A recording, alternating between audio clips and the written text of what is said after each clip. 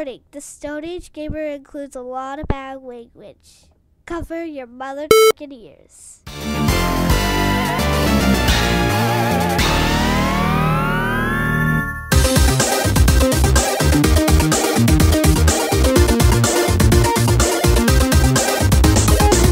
Good evening, and welcome to episode 121 of the Stone Age Gamer Podcast for the week of October 14th, 2016.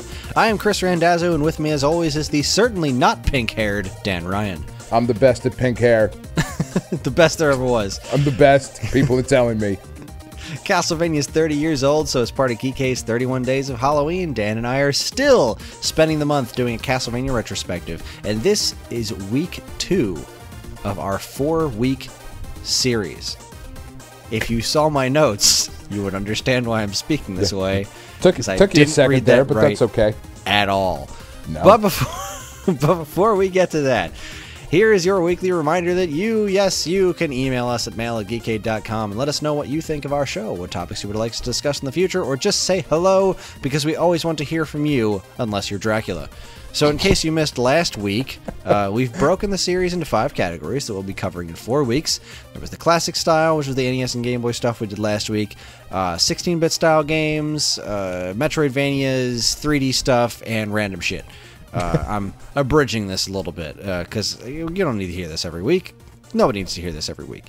So tonight's episode is going to be about what I'm calling the 16-bit style era of Castlevania games. And that means the 2 Super NES games, the Genesis game, the WiiWare game, and the Japanese X6800 and PC Engine games. Which are my favorite. Clearly. So let's kick off with just what a marvel. I seriously am about to take my headphones off, walk in the other room, grab my copy of this and hug it. Super Castlevania 4 for the Super Nintendo Entertainment System / Super Famicom, released October 31st, 1991, frickin' Halloween in Japan, and on December 4th, 1991, not the 21st month, like I typed, here in the United States. Super Castlevania 4. What a dramatic reinvention of Castlevania. Holy crap baskets. Holy scrolling backgrounds, Batman. Scrolling backgrounds, the ability to control your inertia in your jumps, whipping in 8 directions, gravity-defying whips, using your whip as a friggin' grappling hook. Let's be honest. Yes, you could whip in 8 directions, and a lot of time we did that.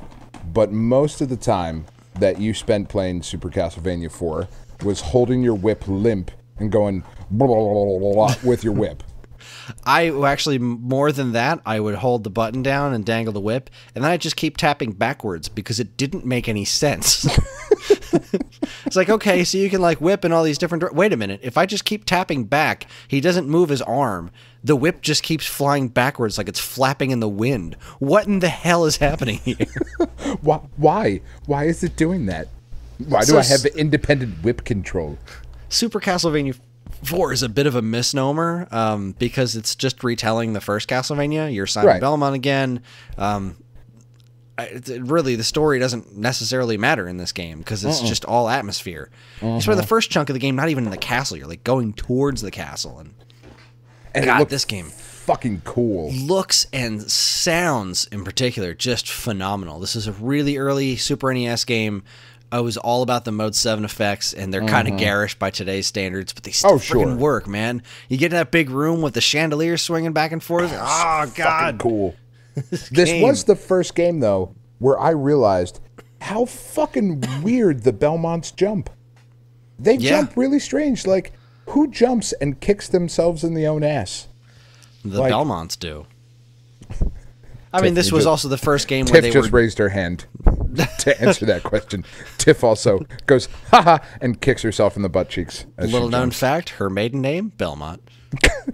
That's right. Before it was Tiffany Ryan, it was Tiffany Belmont. So.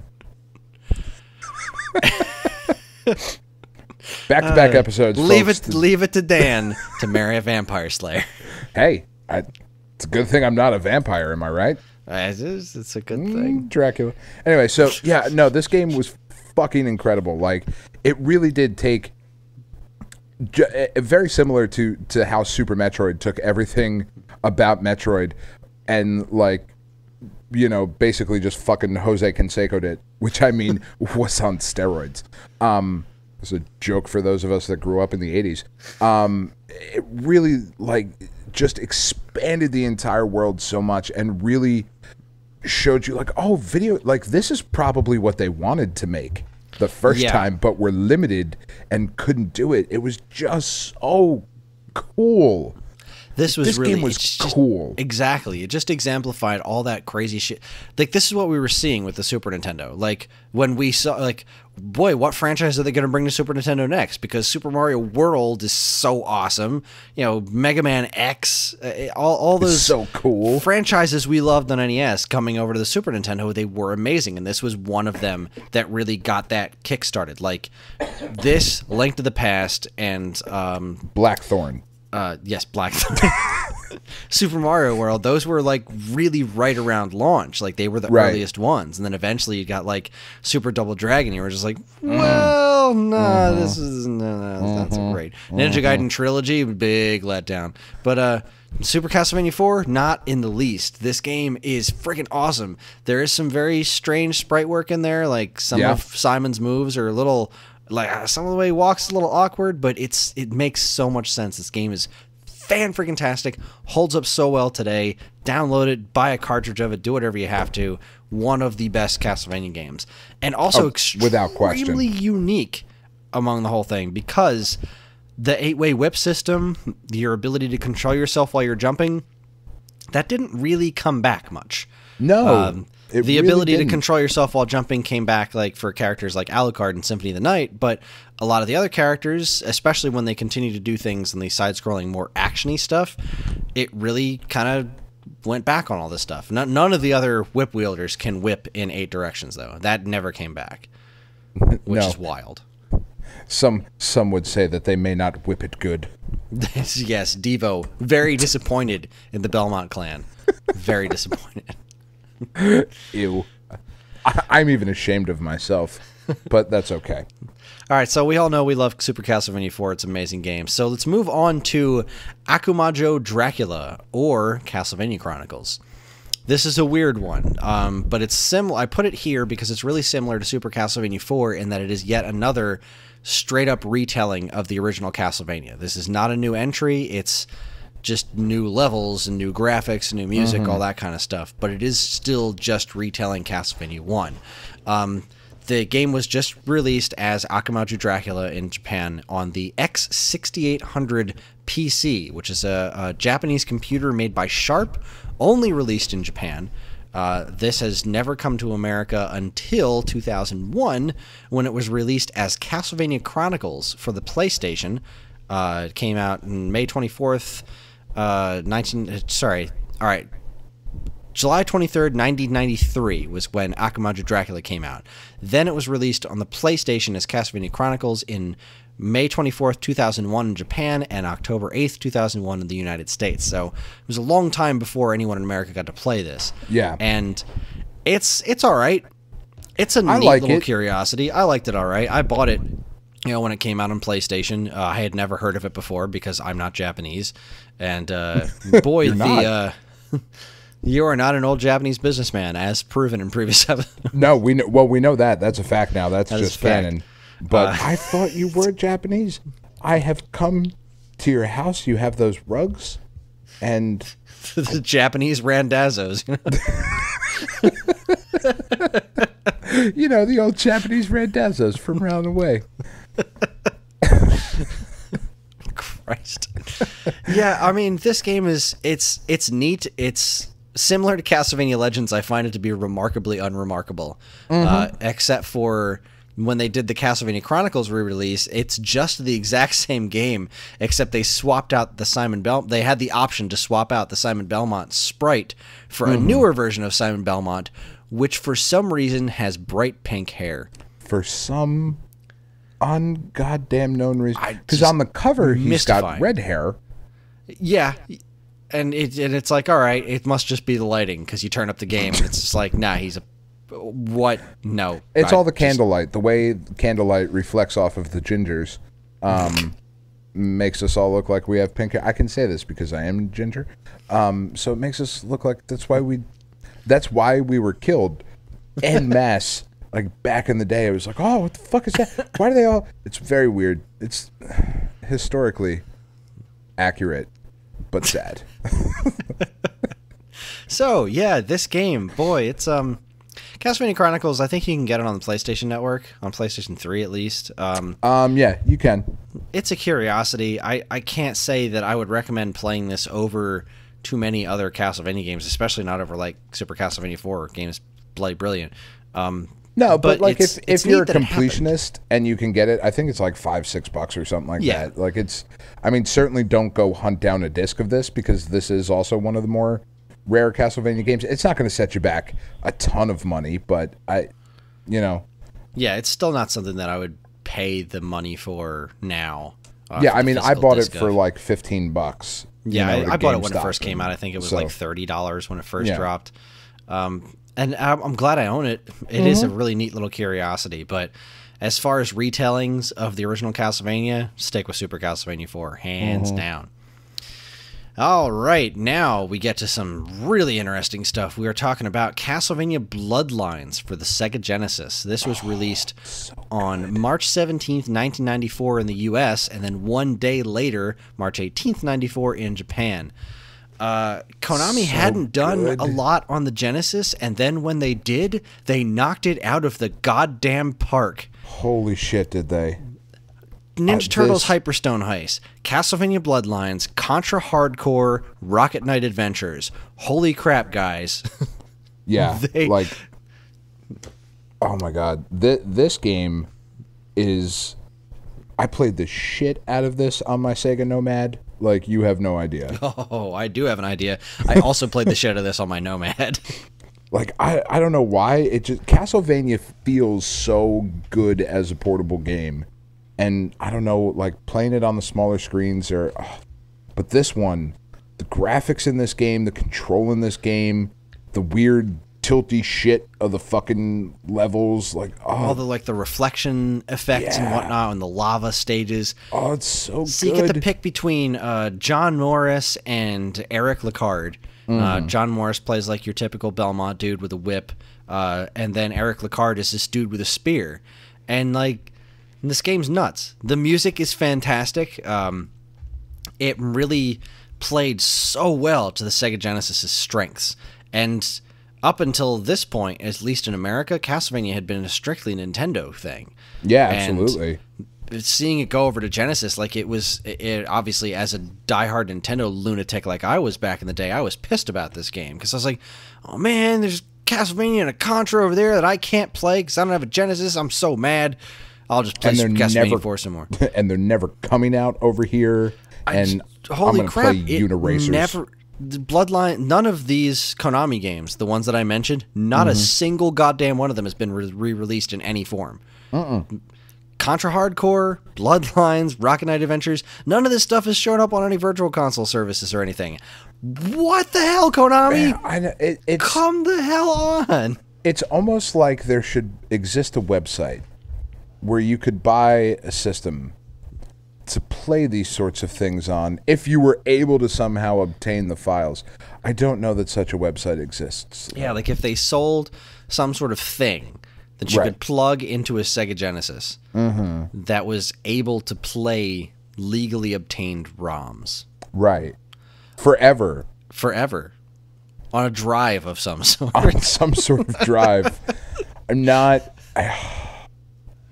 We've put a man on the moon, but I don't know that such a thing exists. I don't know either. Hi, EverDrive's available on StoneAgeGamer.com. You're welcome, Ryan. Yeah, do it. Find this game. It's worth it. If you like Castlevania at all, it's worth it. Holy Dracula crap. looks so fucking cool in this game, too. Everything looks so fucking... And this was also... this was 94. Let me double check something real quick. Yeah, this was after Rondo of Blood. Now, we're going to talk about Rondo of Blood in a little bit, but Rondo established the sprites that Castlevania stuck with for a long time. Bloodlines came out after that and did not reuse those sprites, which was really interesting at the time. Man, this game is gorgeous. It's super fast. It's super fun. It is Castlevania on the Genesis, and I mean that in, like, if you know those two flavors, you put those two flavors together, you get this game, and it is spectacular. Oh, it's blast processing. Oh, blast processing all over the place. I wish there was a Sonic cameo in there. That'd be hilarious. I'm really glad there's not. Me not too. Gonna lie. But yeah, all right, and go ahead. Bloodlines, fuck yeah. Absolutely. Yeah, great game. All right, on that high note, we're going to take ourselves a quick break. When we come back, we're going to finish out the 16-bit-ish generation of Castlevania games. You're listening to the Stone Age Gamer podcast from Geekade.com, so stick around.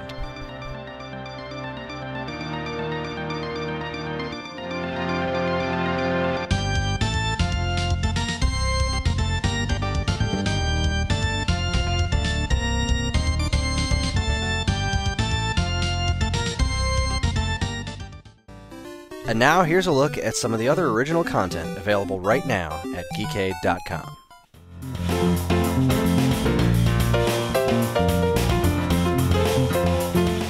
First up, Welcome to the D-Lists joins Geekade's 31 Days of Halloween with a Marvel character who's better off dead. X-Force and X-Statix veteran Dead Girl is a very interesting mutant. She's a very interesting eunuch. Mutant with a weird set of powers and a very Mike Allred look because she was drawn by Mike Allred. She certainly never got the spotlight she deserved, but she deserved more spotlight than she got. Read all about her in the much better written than this Welcome to the D-List Dead Girl. Oh, I miss X-Statix so much. It was so good. Dupe forever. Next, because you can't ever have enough Castlevania, especially in October, Kris and Vicky celebrate the franchise's 30th anniversary with an all-new episode dedicated to the original NES game's incredible soundtrack. Be sure to give a listen to Waveback episode 31. Huh, in 31 Days of Halloween. What a coinky-dink. Waveback episode 31, Castlevania. Then, for part of Geekade's 31 Days of Halloween, tired of hearing that yet? I'm noticing a trend. I decided to shine a spotlight on what I assume is a forgotten game, and a justifiably forgotten game, but a forgotten game nonetheless. It's a horror game of sorts, and it certainly fits in with the spooky motif of the month. It's a full-motion video-fueled Dragon's Lair-inspired little romp featuring a despisable computer tech, and a demented murderous caretaker named Fritz. Read all about it in 31 Days of Halloween, Braindead 13. Finally, the Macabre Movie Mausoleum's Alex Azar is on top 10 duty this month, so he decided to follow up his last horror... Oh my god, Kris. I should proofread. I was so done at this point. Holy shit. It was 3:58. I was leaving at 4. I can usually fix it as I'm reading it, but my goodness. He decided to follow up last year's horror book list with a list that's much more visual. What the fuck's a visual? I don't know. I haven't had enough to drink to be speaking this way. With a list that's much more visual. This year, he turns his attention to what he considers to be the best of the best when it comes to horror movies. There is sure to be more than a little debate on this topic, so weigh in and read Geekade Top 10 Horror Movies. Man, that was just... Again, much more well-written than what I wrote on this script. You can catch all this great stuff, plus tons of other articles, videos, podcasts, and more right now at Geekade.com.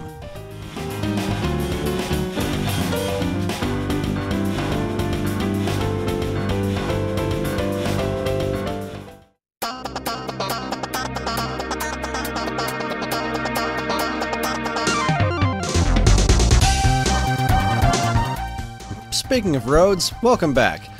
So, that what? And that's our show. As far as the listener knows, that was a perfect segue from whatever we were talking about. Where we're going, we don't need a show. We do need roads, though. That's a ridiculous statement, Doc Brown. How else are you going to get there? You just reminded me of something now. I can't remember what it was. So I reminded you of nothing? There was a thing, and it was funny.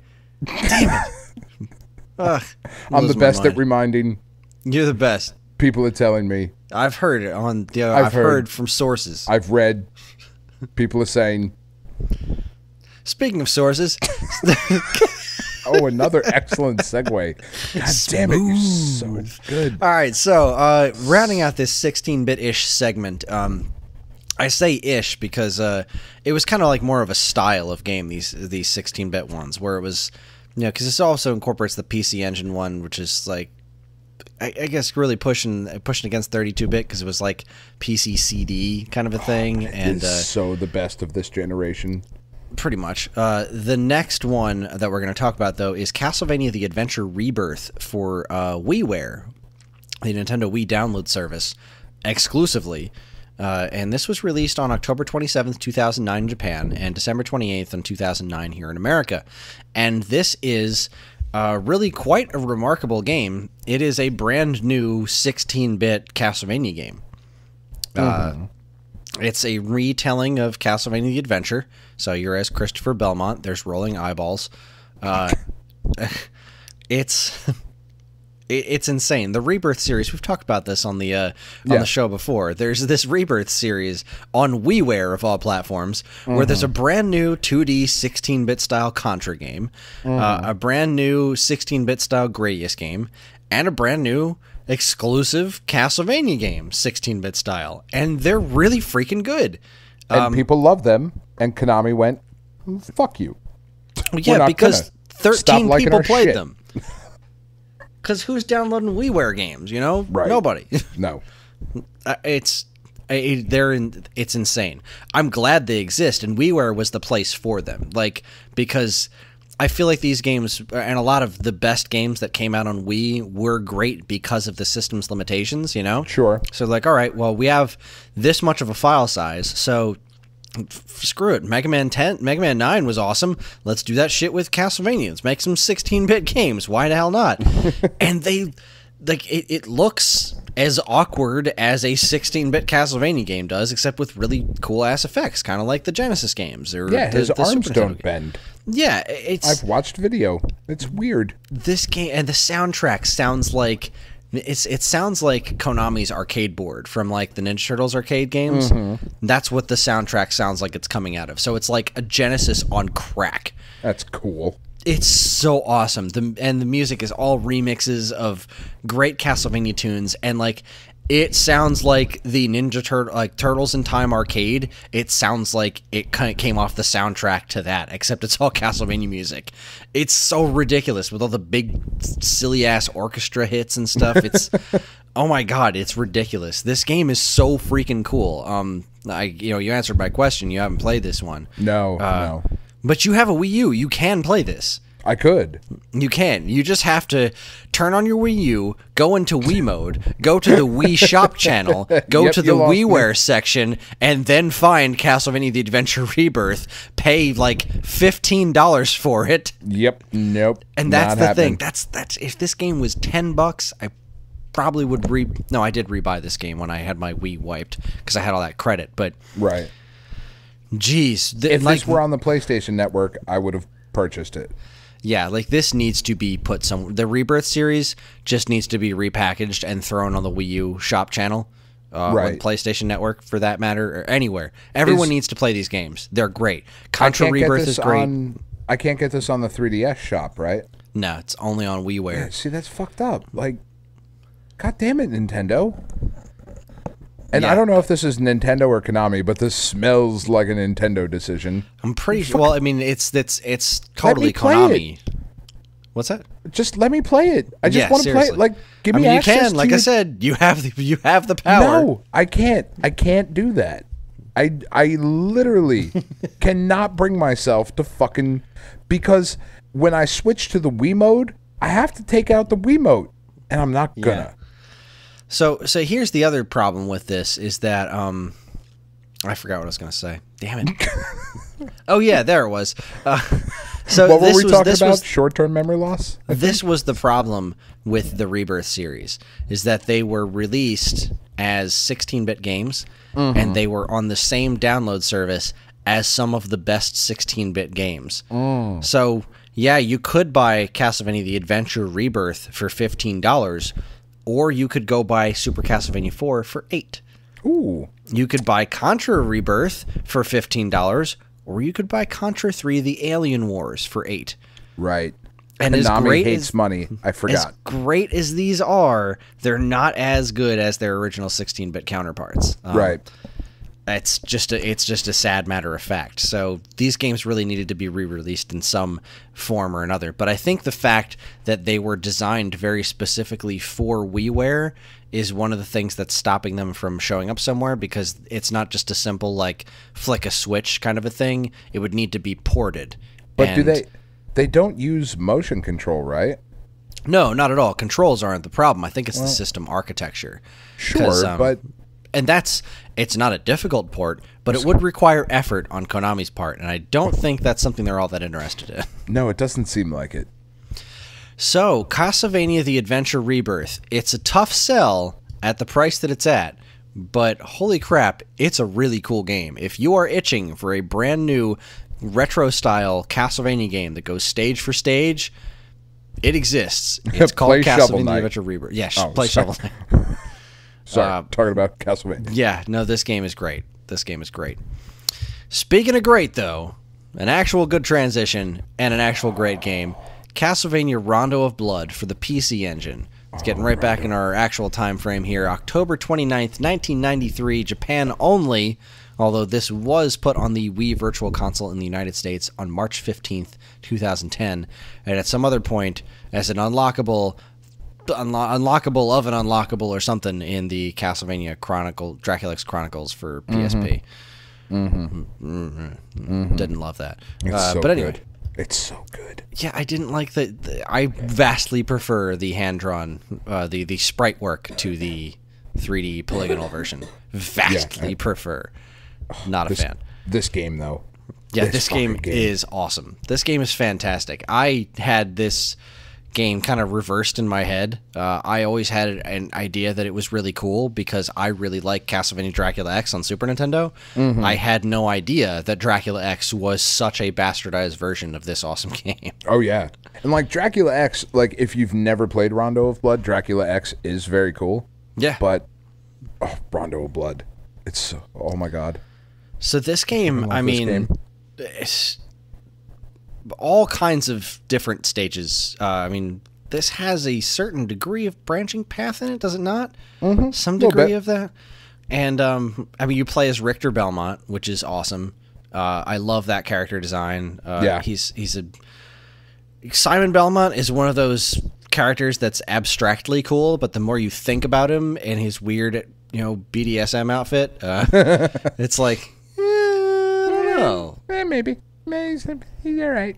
Richter just looks cool, and he's wearing a lot of clothes, so good for him. Good on him. Way to put on pants, Richter. But yeah, this was the start of the modern Castlevania era. Like, this game really is where all that stuff picked up. This is where Symphony of the Night comes from. And it's gorgeous. The sprite work is gorgeous. The music is incredible. This game's a goddamn masterpiece. It just is. It is as good as Symphony of the Night. It is in a very different way, but yes, I would say different game. It's a very different game, but it is probably the pinnacle of the 2D action-based Castlevania game. Right, before the Metroidvania really, really took hold of this franchise. The straight up action, it's, oh my God, like this game just makes me weak in the knees. Now, how did you play this game? I played this through an emulator because I don't need to be able to read it. I can just play it.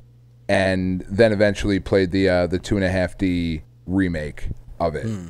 And then eventually got my hands on a copy of Dracula X and was like, what the fuck is it? Like, it's good, but it's not quite what it is. Like I had heard about this very, very good Japanese only, like PC Engine only version of Castlevania. I was like, all right, shit. So like, looked up some pictures and was like, all right, that looks really cool. I got to check this out. And then eventually played through it and was just blown away by it. just absolutely blown away. The way the level designs work, the variation in the levels for the first time of like, yeah, there's the section up on the ship and it just looked cool. There's like a chariot thing where like you're whipping at horses or some shit, and like, oh man, I love looking at this game. I love the way this game looks. The super cross move that he does is so cool. It's so cool. Yeah, the art direction in this is just really spectacular. I first played this game when a friend of mine brought his PC Engine in, his Turbo Duo in, that was modded to play Japanese. Was it modded to play Japanese games? I don't even remember if they were. I don't know if it locked. Needed to be. Yeah, but he brought his in and his copy of Rondo of Blood, and I played the first stage of it, and I was just like, holy shit, this is really interesting. But I wasn't that blown away by it because from a pure visual standpoint, the Super Nintendo game on stage 1 has I think the upper hand because of the fire effect in the background is just ridiculous. That first stage in Dracula X is out of this world. It's all the stuff that comes after stage 1 in Rondo of Blood that just mops the floor with really Dracula X. But then I just played the first stage, and then he took it home with him, and I got myself a Turbo CD, and I've always wanted my own copy of Rondo of Blood, but it's never really materialized. But then it was released on the Wii Virtual Console, and I was finally able to buy it, because unlike Dan, I didn't really care for the PSP one. I knew that you could unlock the original version by playing through the polygonal one, but it just didn't. Very similar to Maverick Hunter X on PSP. Like I could see the merit in what they were doing, but it just felt so inherently wrong to me. Whereas one of the things I enjoyed so much about Rondo of Blood wasn't just the gameplay; it was the art direction, and I felt like that was missing terribly in the 3D remake, which is exactly how I felt about Maverick Hunter. Visually, it was quite sound. Like, it was a very nice looking game in its own right, but it wasn't what I wanted out of it. You know, like that sprite work in Mega Man X and Rondo of Blood, that was a very large part of why I enjoyed it so much. The visuals were very important to the overall experience to me, and I didn't get that feeling from the polygonal version. So when they released it on Wii Virtual Console, I could not have been happier. I bought it immediately and played the garbage out of it. It just what a good game. What a good game.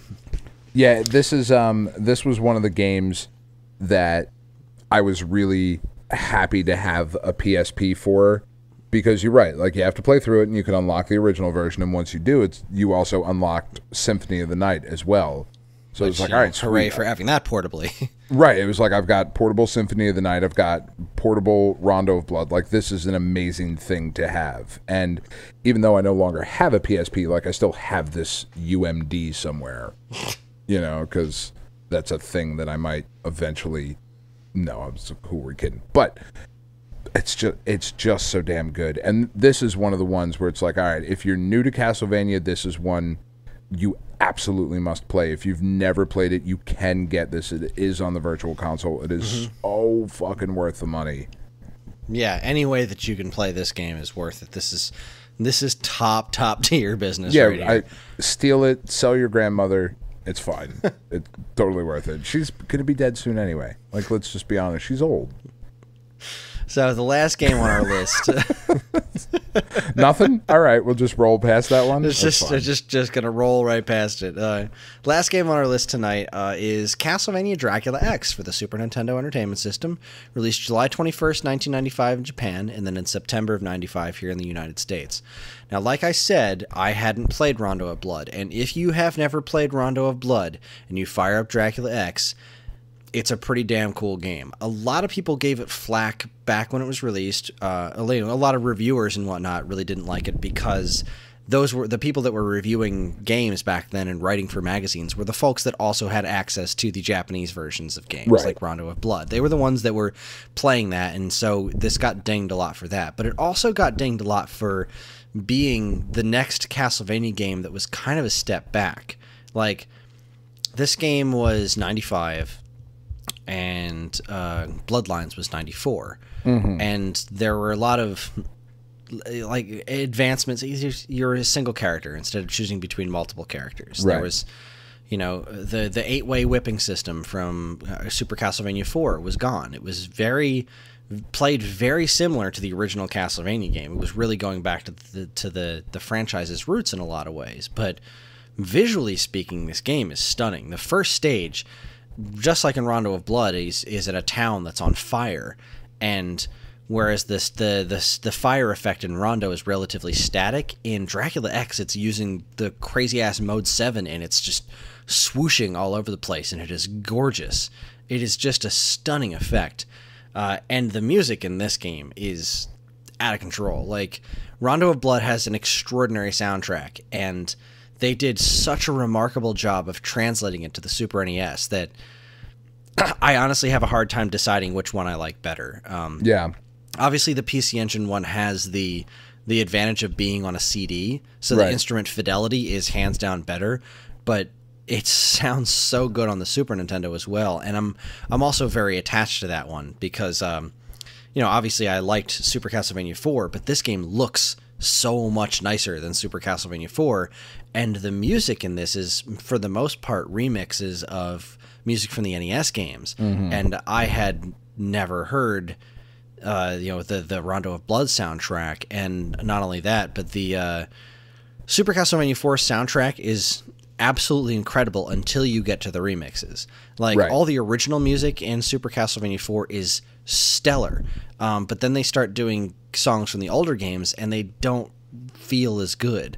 In this game, they sound like real instruments. There's lots of pipe organ. There's lots of really, really great sounds that are put to use in revamping all these songs from the first couple of Castlevania games, and I love the shit out of Dracula X, and it's a rare ass game. I'm really glad I bought it when I did, because my complete copy of Dracula X goes for some stupid money right now. Yeah, it's pretty ridiculous. Well, they released like 8 copies, and I think they released the one that you bought, and then there was 7 in Dubuque, Iowa.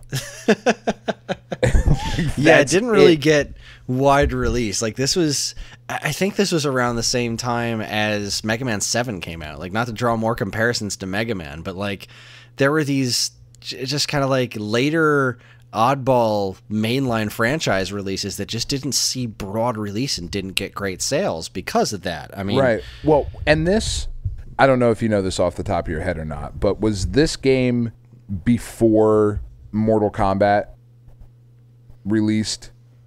I don't think so. Because, like, that's the first time that I actually remember a video game having a street date of, like, this is when it's coming. You can go buy this game at this time. Like, now that seems so ridiculous, to where video games come out every Tuesday and we can pre-order them and we can do all these things. But when we were younger, you just went to the store and maybe there was something new and maybe there wasn't, but you had no idea when something was getting released. Yes, Mortal Kombat came out on home consoles in 93. Okay. Mortal Monday was September 13th, 93. Yeah. And so, yeah, this was 95. This was well after that. But, like, even after Mortal Kombat, there really, like, I don't know, there really weren't, like, street dates really weren't a thing until, shit, I don't even know, like, until the PlayStation era, but, like, maybe even only with Final Fantasy VII. And, I mean, it's just, yeah, it's such a recent thing, yeah. and I don't know. It was a very weird experience shopping for games back in the day, because you would go to Toys R Us, or you would go to Babbage's or Funkoland or wherever, you know, fucking, I can't remember the one. I was going to say it because Tiff is sitting right next to me now, but I can't, like, not Circuit City, but the Service Merchandise. You would go to fucking Service Merchandise or some other fucking weird-ass store, and sometimes there would be new games, and you'd be like, oh, shit. I didn't even know that came out. You know, it's like, it's the way I bought Kid Icarus.